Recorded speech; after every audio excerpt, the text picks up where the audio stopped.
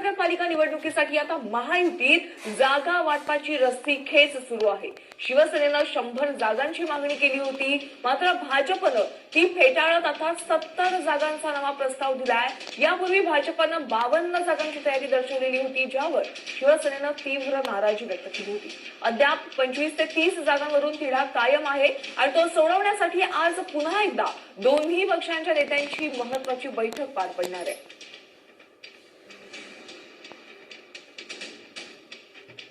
BMC साठी शिवसेनेकडून 100 जागांची भाजपकडे मागणी। भाजपकडून शिंदे सेनेला 100 ऐवजी 70 जागांचा नवा प्रस्ताव। पहिल्या चर्चेत 52 जागा देण्याची भाजपनं दाखवली होती तयारी। भाजप शिंदे सेनेत अद्याप 25 ते 30 जागांचा तिढा कायम। भाजप शिंदे सेनेच्या नेत्यांमध्ये आज पुन्हा बैठक।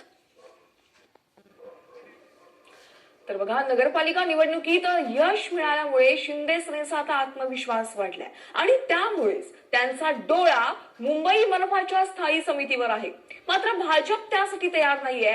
महायुतीत मुंबईच्या जागा वाटपाचं घोडं अडलेलं आहे। पाहूया त्या संदर्भातला एक रिपोर्ट।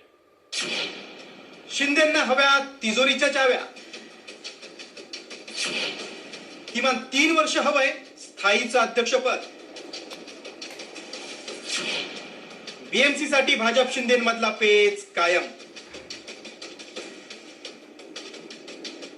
नगरपालिका निवडणुकीत मोठं यश मिळवल्यानंतर भाजप आणि शिंदे सेना आता मुंबई महापालिकेसाठी सज्ज झाली। नगरपालिका नगर परिषद निवडणुकीत 53 नगराध्यक्ष निवडून आल्यामुळे शिंदे सेनेची आगामी मनपा निवडणुकीसाठी बार्गेनिंग पॉवर ही वाढली। त्यामुळे दोन्ही पक्षातला मुंबईतला जागा वाटपाचा तिढा कायम आहे। 100हून अधिक जागांसाठी उपमुख्यमंत्री एकनाथ शिंदे यांनी आग्रह धरलाय, मात्र भाजप 80 पेक्षा जास्त जागा देण्यास तयार नाही। आतापर्यंत 175 ते 180 जागांवर सहमती झाली, तर अजून 45 ते 50 जागांबाबत चर्चा सुरू असल्याची माहिती सूत्रांनी दिली। दुसरीकडे